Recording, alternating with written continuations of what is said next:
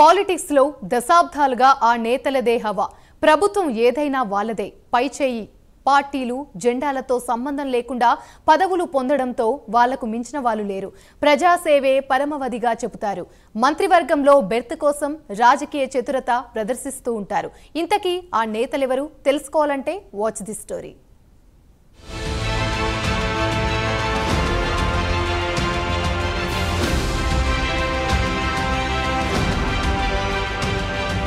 తెలంగాణ రాజకీయాల్లో ఆ నేతలకు ప్రత్యేకత ఉండాలని అనుకుంటారు. అటెన్షన్ మొత్తం వాళ్ల వైపే ఉండేలా చూసుకుంటారు. ఏ పార్టీ అధికారంలో ఉంటే వారికి కేబినెట్లో ఛాన్స్ ఉండాల్సిందే.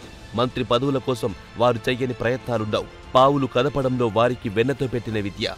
3.5 దశాబ్దాల రాజకీయాల్లో ఏ పార్టీ అధికారంలోకొచ్చినా తమదే అనేలా ఆ బడా నేతల రాజకీయం కొనసాగుతోంది.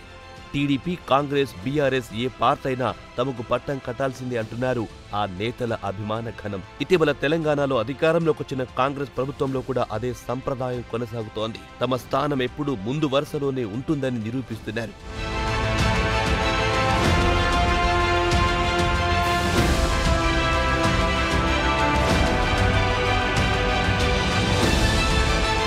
తుమ్మల నాగేశ్వరరావు పరిచయం అక్కర్లేని పేరు. ఖమ్మం జిల్లాలో రాజకీయ చాణక్యుడు అంటారు. టీడీపీతో పొలిటికల్ అరంగేట్రం చేశారు. రెండోసారి ఎమ్మెల్యేగా ఎన్నికైన తుమ్మల ఎన్టీఆర్ కేబినెట్లో ఇరిగేషన్ మినిస్టర్గా అవకాశం దక్కింది. చంద్రబాబు మంత్రివర్గంలో రోడ్లు, భవనాల శాఖ మంత్రిగా పనిచేశారు. తర్వాత వైఎస్ హయాం మినహాయిస్తే తెలంగాణ ఏర్పాటు అనంతరం కేసీఆర్ కేబినెట్లో కూడా రోడ్లు, భవనాల మంత్రిగా పనిచేశారు. కేసీఆర్తో విభేదించి 2023 ఎన్నికలకు ముందు కాంగ్రెస్ కండువా కప్పుకున్నారు. ఇప్పుడు సీఎం రేవంత్ రెడ్డి మంత్రివర్గంలో తుమ్మల వ్యవసాయ శాఖ మంత్రిగా చోటు దక్కించుకున్నారు.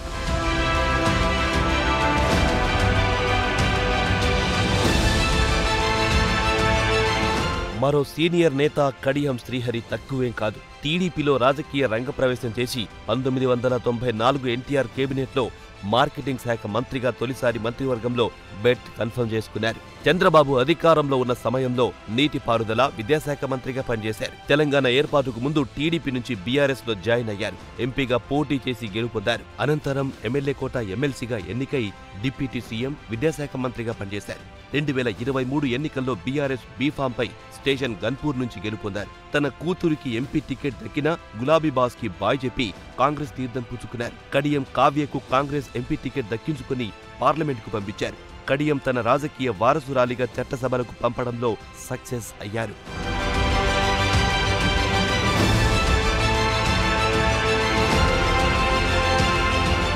అదే బాటలో మరో నేత జూపల్లి కృష్ణారావు పొలిటికల్ జర్నీ కాంగ్రెస్ తోనే ప్రారంభించారు. వైఎస్ కేబినెట్లో పౌర సరఫరాల శాఖ మంత్రిగా, కిరణ్ కుమార్ రెడ్డి మంత్రివర్గంలో దేవాదాయ శాఖ మంత్రిగా పనిచేశారు. 2011లో కాంగ్రెస్ కు రాజీనామా చేసి టీఆర్ఎస్ లో చేరి రాష్ట్ర ఏర్పాటు తర్వాత కేసీఆర్ ప్రభుత్వంలో పంచాయతీరాజ్, గ్రామీణ అభివృద్ధి శాఖ మంత్రిగా పనిచేశారు. 2018 ఎన్నికల్లో కాంగ్రెస్ అభ్యర్థి హర్షవర్ధన్ రెడ్డి మీద ఓడిపోయాడు.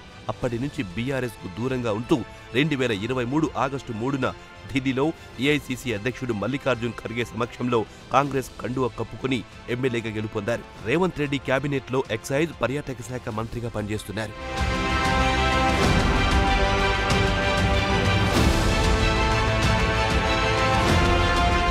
పొంగులేటి శ్రీనివాస్ రెడ్డి 2014లో వైఎస్ఆర్సీపీ అభ్యర్థిగా ఖమ్మం నుంచి లోక్సభ ఎన్నికల్లో గెలుపొందారు. అనంతరం వైసీపీ అధినేత జగన్మోహన్ రెడ్డి తెలంగాణపై పెద్దగా దృష్టి పెట్టకపోవడం, పూర్తిగా ఆంధ్రప్రదేశ్కు పరిమితం కావడంతో వైసీపీ నేతలు బీఆర్ఎస్ లోకి వెళ్లారు. తర్వాత కాలంలో ఖమ్మం జిల్లాలో ఇతర నేతల ఆధిపత్యం పెరగడం, బీఆర్ఎస్ లో సముచిత స్థానం దక్కకపోవడం, పార్టీకి వ్యతిరేక కార్యకలాపాలకు పాల్పడుతున్నారనే ఆరోపణల నేపథ్యంలో బీఆర్ఎస్ సస్పెండ్ చేసింది.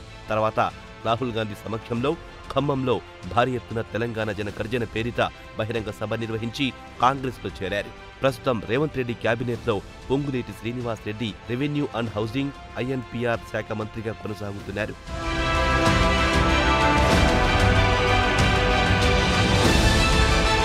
ఇటీవల కాంగ్రెస్ గూటికి చేరిన పోచారం శ్రీనివాసరెడ్డి కూడా మొదట కాంగ్రెస్ లో పనిచేశారు. 1984లో టీడీపీలో చేరి పాన్సువాడ నుంచి గెలుపొందారు. అనంతరం 1998 నుంచి 99 వరకు చంద్రబాబు కేబినెట్లో గనుల శాఖ మంత్రిగా, 1999 నుంచి 2002 వరకు పంచాయతీరాజ్ శాఖ మంత్రిగా పనిచేశారు. అనంతరం బీఆర్ఎస్ లో చేరి తెలంగాణ ఏర్పాటు అనంతరం కేసీఆర్ ఫస్ట్ కేబినెట్లో వ్యవసాయ శాఖ మంత్రిగా పనిచేశారు. రెండోసారి కేసీఆర్ అధికారంలోకి రావడంతో ఆయనకు స్పీకర్ పదవి కట్టబెట్టారు. 2023 ఎన్నికల్లో రేవంత్ సర్కార్ ఏర్పాటు కావడంతో పోచారం శ్రీనివాస్ రెడ్డి సీఎం రేవంత్ రెడ్డి సమక్షంలో కాంగ్రెస్ గూటికి చేరారు.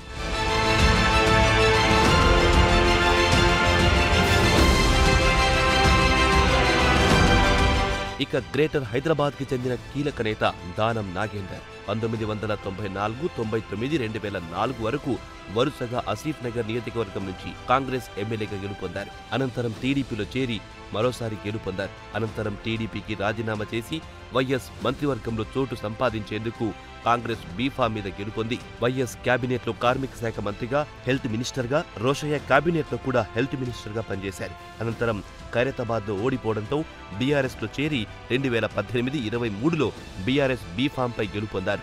కాంగ్రెస్ అధికారంలో రావడంతో రేవంత్ రెడ్డి సమక్షంలో కాంగ్రెస్లో చేరారు. దాదాపు 3.5 దశాబ్దాల రాజకీయాల్లో పలువురు నేతలు పార్టీలు, జెండాలు, ఎజెండాలతో సంబంధం లేకుండా ఏ పార్టీ అధికారంలో ఉన్నా కీలక పదవులు ఆ నేతలకు దక్కడం ఖాయంగా కనిపిస్తోంది. పార్టీని నమ్ముకుని సుదీర్ఘకాలం పనిచేసిన నేతలకు పదవుల విషయంలో నిరాశే మిగులుతోంది. ప్రస్తుత రాజకీయాల్లో పార్టీలు, సిద్ధాంతాలతో సంబంధం లేకుండా పదవులు డామినేట్ చేస్తున్నాయి. కానీ పార్టీ లైన్ లక్ష్మణ రేఖగా భావించిన నేతలకు మాత్రం పదవులు రావడం లేదని వాపోతున్నారు.